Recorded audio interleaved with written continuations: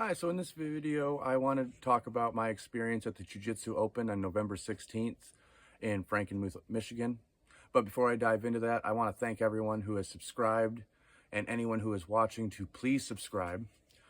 It's free to do. All you got to do is click the subscribe button. You'll be helping me out. You have no idea how much. And I want to encourage people to like the videos, leave comments. I will respond to them. And then I also want to give a shout out to my sponsor, mayhemonthemat.com. They make hoodies that I'm currently wearing. They make t-shirts. They'll have rash guards coming out soon. Great quality products, very comfortable. So go check them out. Again, mayhemonthemat.com.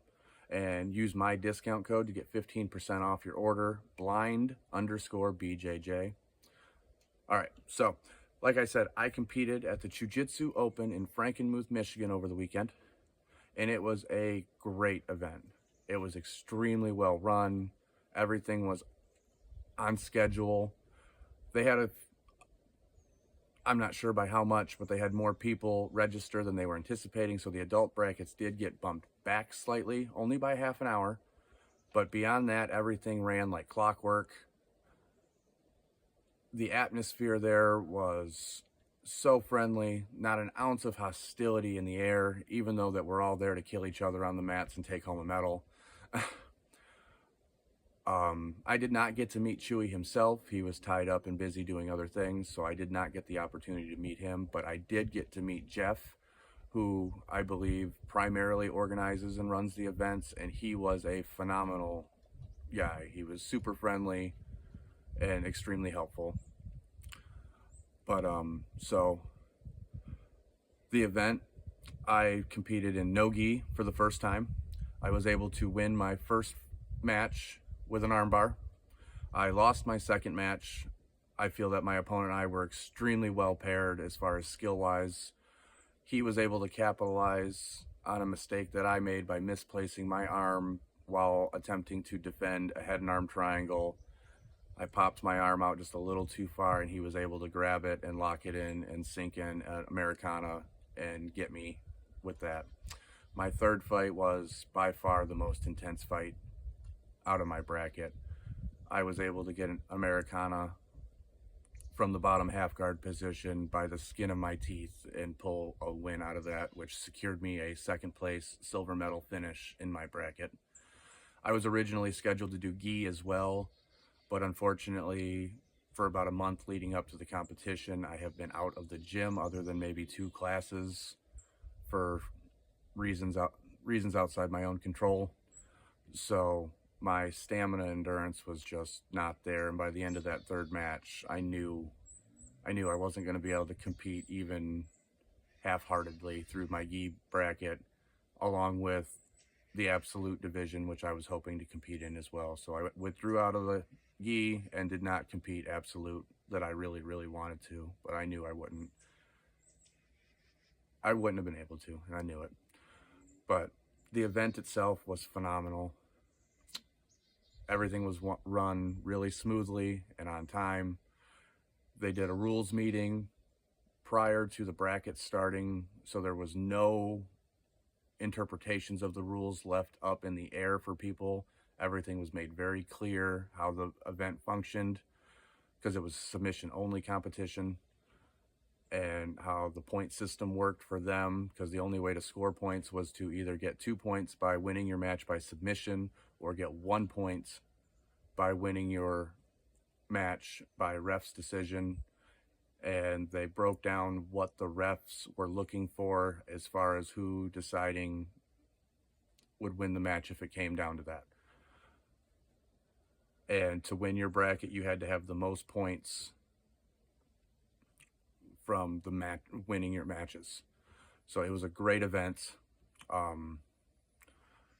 So information for any visually impaired people out there who are interested. This was my first no-gi match, so I had no idea how the matches would start. So my matches at the Jiu-Jitsu Open started with me having a collar tie and wrist control, and we started standing. I could not find any information out there that would clearly say how what kind of accommodations were made. Beyond how the match started, the only other accommodation that there was out there is that the ref made sure that constant contact was kept. So if for whatever reason we separated and there was more than just a step or two, more than just a step between us, the ref paused, reset us, and then we started over from standing again. In the gi, and okay, before I get into the gi, that is how my experience went. I can't guarantee that at all competitions that's how it'll start. I would highly recommend you reaching out and talking to the organizers ahead of time so you can plan accordingly for your strategy and your game. But that is how, at the Jiu-Jitsu Open at least, that is how my no-gi matches started. Now, in the gi, I've competed as well. I did a Fuji tournament, and for that one, my opponent and I both started with a collar grip and a sleeve grip. That was my experience. I do not know if that is how all competitions will start their matches or not.